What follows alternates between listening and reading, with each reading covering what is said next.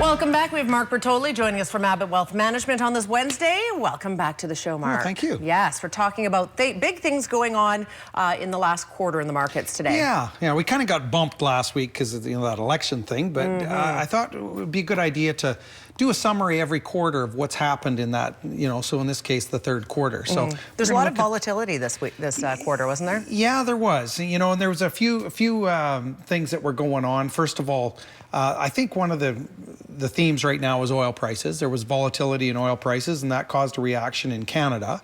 And then the other thing that happened was a slowdown in China, or at least a lot of news around a slowdown in China. Everyone's seen it coming, and it's been happening for a number of years now, but that has a profound effect on markets like Canada, Australia, resource-based economies and things like that.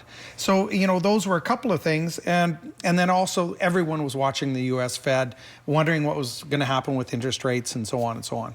So, okay, should we hit the charts? Yeah, sure. All right, this is the first one? So I put a couple of different things on here. First of all, the S&P 500 in the United States, and these are large companies with global reach. So it's a pretty good indicator. In the third quarter, they're down about 6.44%. But, again, another lesson, in the last 30 days, it's up just about 7%. Right.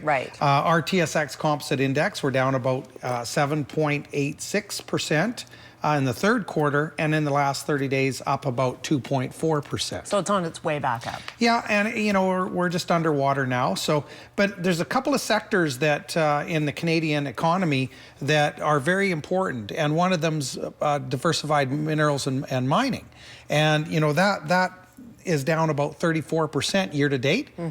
The last 30 days, it's up 20%. So it was down quite a bit further. And then, of course, our energy right now, we're down about 21% year to date.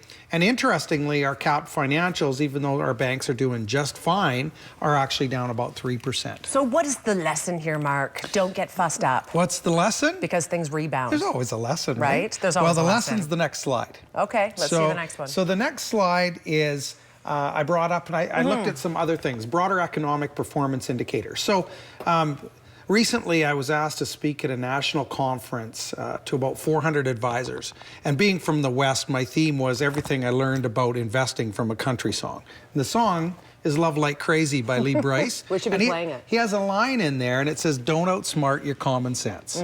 So I started looking at other things. U.S. housing. September 2015, 1.2 million units annualized. That's up 20% from a year ago. Then I went to auto sales. Auto sales, 18.2 million units, up 16% from 1 year ago.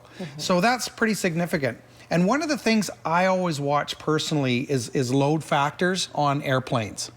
So if the economy is good, people are traveling for business, they're not teleconferencing and all that sort of stuff.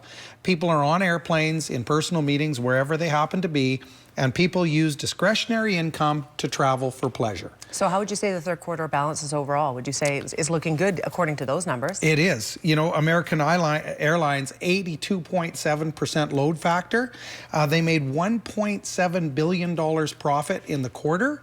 That is the highest profit of any quarter ever in the history of American Airlines. Wow. So a lot of things are happening in the economy that defy the numbers that we just saw. Sure, and those are all, of course, American numbers. So how much do we take in credence in that for the Canadian economy? Well, I mean, they're our biggest trading partner. And I can look, I was looking at Air Canada too, and they're also doing very well. WestJet's doing very well with their load factors.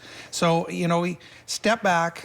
Don't outsmart your common sense. If people are spending money, rather than being scared and saving it, they're spending it on holidays. And if corporations are traveling and spending a lot of money on travel, that there's cash flow in those corporations as well. So we should feel positive. We should feel a little rosy. Yeah, well, let's use common sense. Yeah, common sense. That's the message. Always prevails. Mark Bertoli, thank you for being here today. Thank you. Information on the screen there, abbottwealth.com, as well as the phone number 372-3736. If you have any questions for Mark, you can certainly give him a call. We are back in 2 minutes. Stay with us.